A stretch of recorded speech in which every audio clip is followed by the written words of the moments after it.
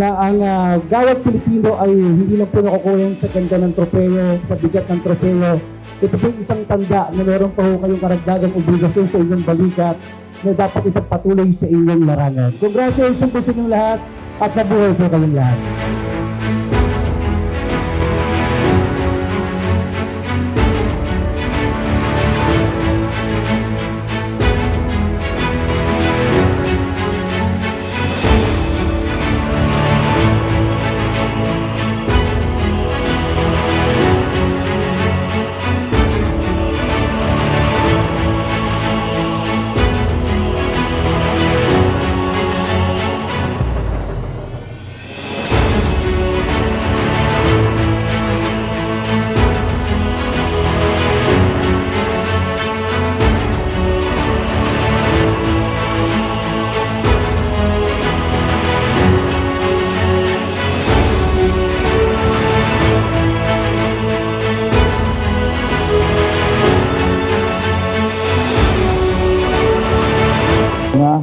Very soapy personality yung baliktad na po ngayon. But anyway, congratulations po. Palakasin po natin ang mga babae natin dito sa ating bansang Pilipinas.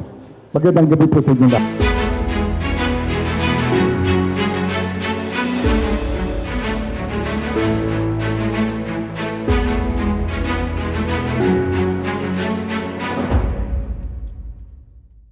Muli po natin gawin kung ano ang tama. Hindi lang para sa ating mga sarili, kung hindi para sa ating mga kababayan. At again, happy Women's Month sa inyong lahat. Congratulations sa aking mga co-awardees for today. Mabuhay po ang mga kababayan.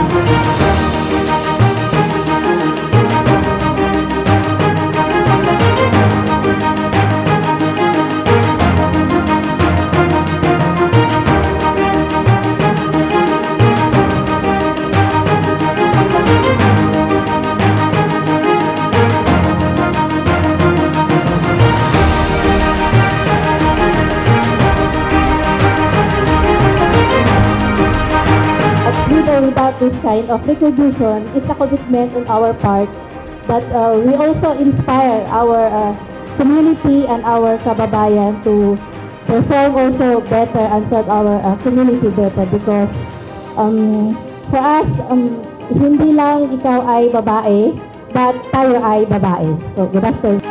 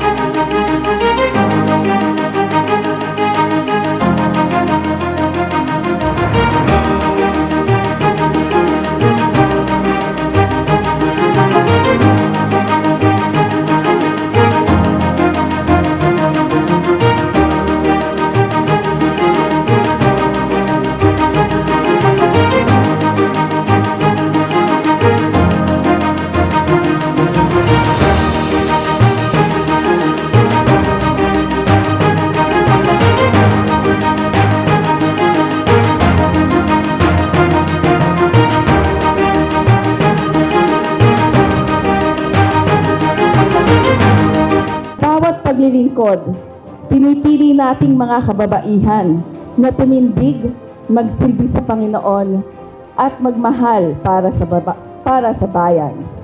Muli, taas noo nating sabihing, babae ako, hindi babae lang. Maraming salamat po.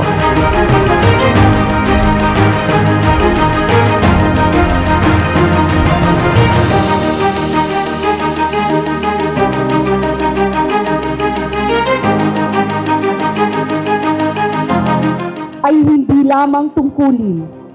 Ito ay panata. Panatang maglingkod ng tapat, may puso at malasakit sa kapwa. Ang parangal na ito ay paalala na mas marami pa akong dapat gawin at maabot. Patuloy akong magsisilbi para sa bawat pamilyang nangangailangan, bawat batang nangangarap, at bawat mamamayang umaasa sa mas maayos na kinabukasan. Thank you so much po, Gawad Pilipino, for this award. Lagi ko po itong babalikan because our work sa media can be very tiring and draining.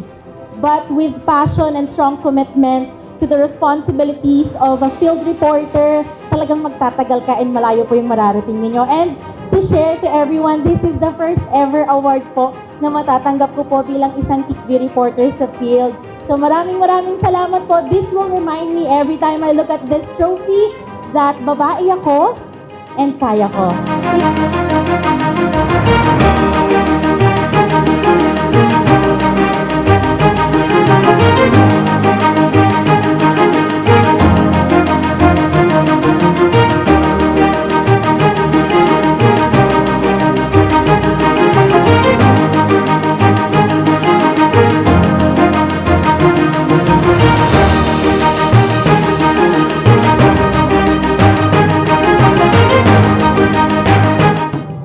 Let us continue to lead and serve, knowing that the best way to find ourselves is to lose ourselves in the service of others.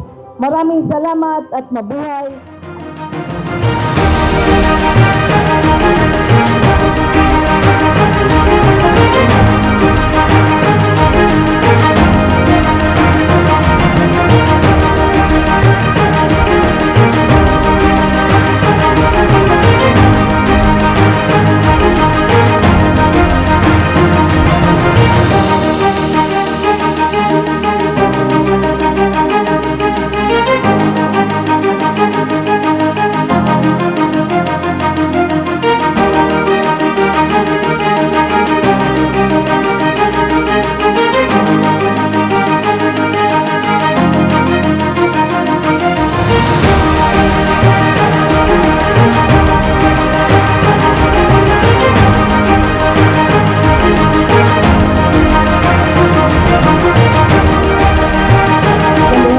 I am congratulating each one of you sa lahat po ng mga kababaihan na nandito at sa mga kalalakihan po. Last time that I attended the United Nations Commission on the Status of Women, ang sabi po, ang pinakamahalagang mga tao sa advokasya ng pangkababaihan ay ang mga kalalakihan. They are our greatest advocates. We men advocates. And po, so thank you, Dato. Maraming salamat po sa inyo lahat.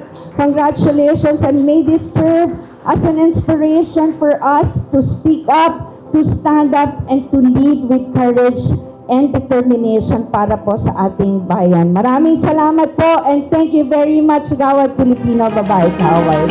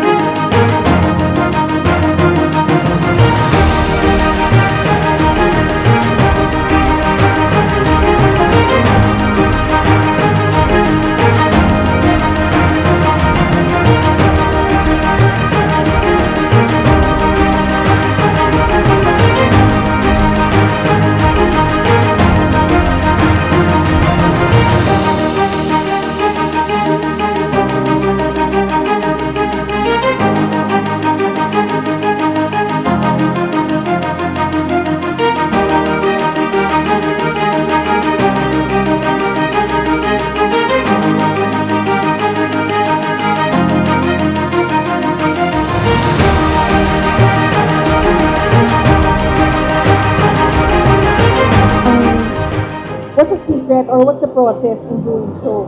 So my message lang all the time is eto, and this is mainly for the women, no. I only have one message. It's use your heart. Number one is use your heart, trust your instincts, and the process will follow. So, yun lang. That's all. And I think that's very basic for us women. So, para sa kababaihan, maraming salamat po.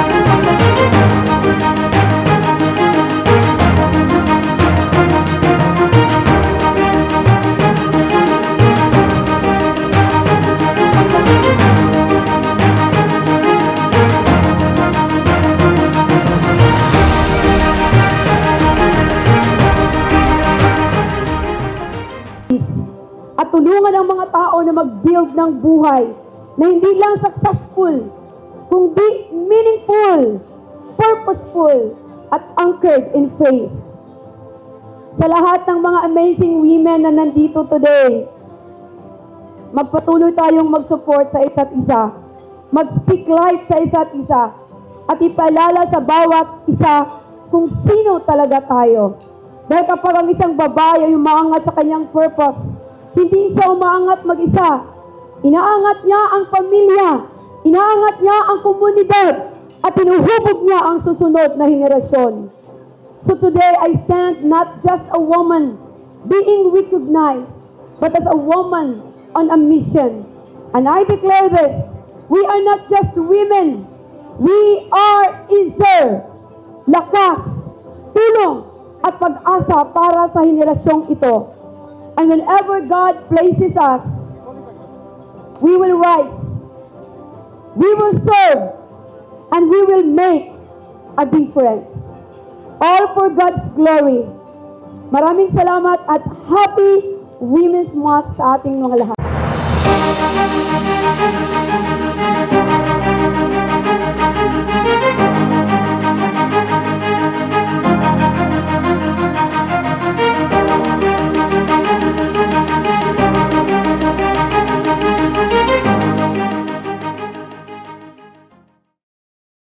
We deserve our country and its people continue empowering all the Filipino women to be and do more. Thank you to every citizen who believes that when women rise, the nation rises with us. To all the women here, Happy Women's Month. And remember, babae ka, kayang-kaya mo.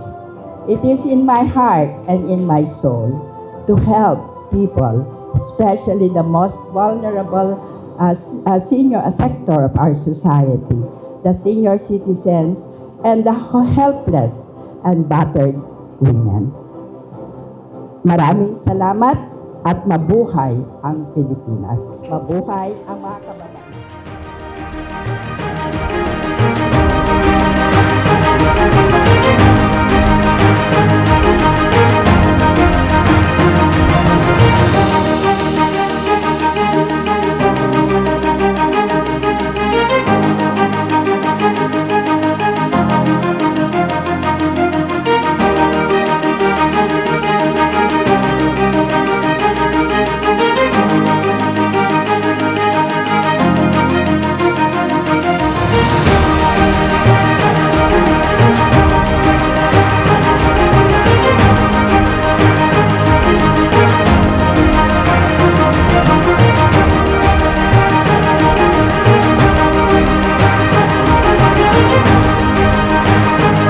kondisyon at sa kahalagahan ng mga kababaihan. At makakaasa po kayo na sa aming larangan, sa larangan ng pamamahayag, lalong-lalo na po sa GMA News, patuloy po namin bibigyan ng boses ang mga kababaihan. Maraming salamat po.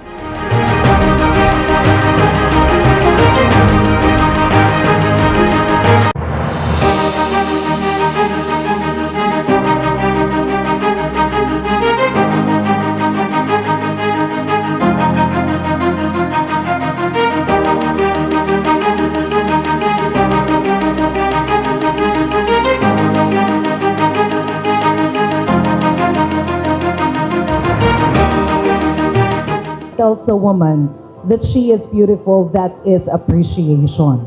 But if someone treats a woman as an object of desire, that is disrespect.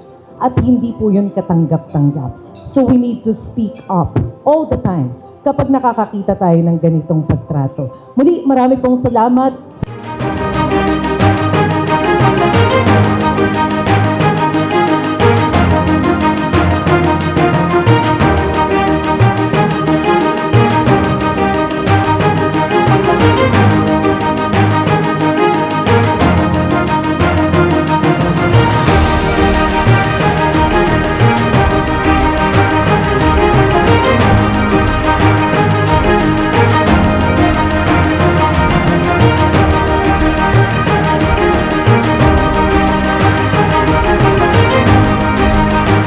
But minsan napanganib. I share this award with my fellow awardees here and the rest of the women in the world na patuloy pong lumalaban, tumitindig, nagtatanong para sa katotohanan. Maraming salamat po.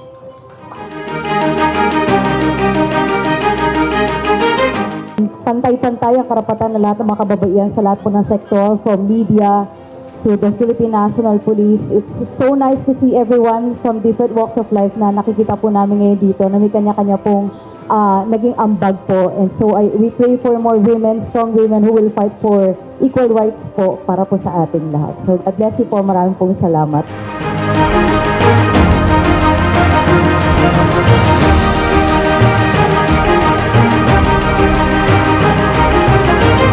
Related persona as Ambassador for Women Empowerment of Gawad Filipino. So these appointments shall take effect immediately and shall last until revoked.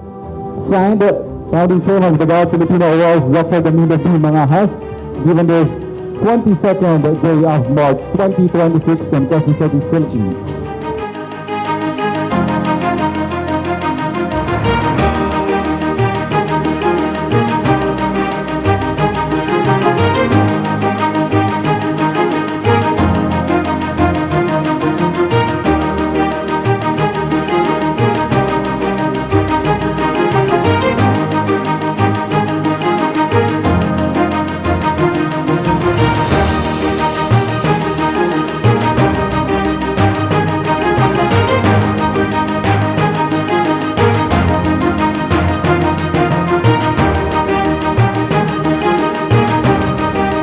Gawad Filipino Awards at nagpapasalamat po kami kay Doc Danny at sa bumubuo po ng samahan na ito. At muli sa lahat po ng ating mga awardees ngayong gabi, congratulations po sa inyong lahat at Happy Women's Month po sa ating lahat. Mabuhay po tayo.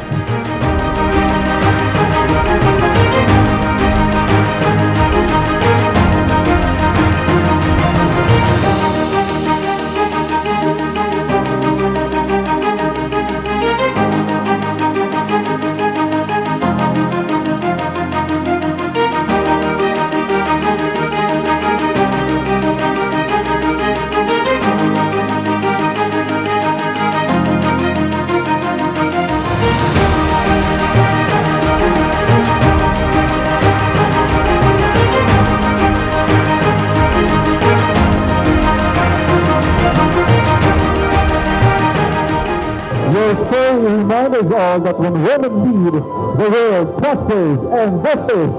Para Filipino Babae Awards 2026. And with that, my name is Henry V. Nicolas. And this has been Alvin Dalabella saying thank you, and once again, congratulations. We'll see you guys around. Enjoy the evening, everyone. Congratulations, sir.